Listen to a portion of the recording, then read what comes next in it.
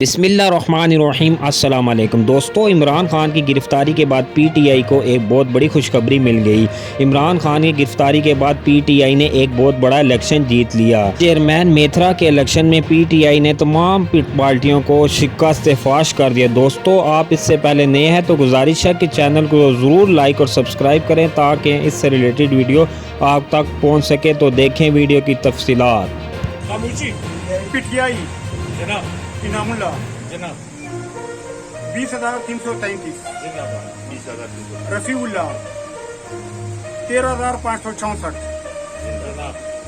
इफ्तिखार अहमद 9,546 जिंदाबाद अली अब्बास 5,377 अजीज गफार 2,721 खामोशी पीटीआई जनाब इनामुल्लाह जनाब 20,333 रफीउल्लाह 13,564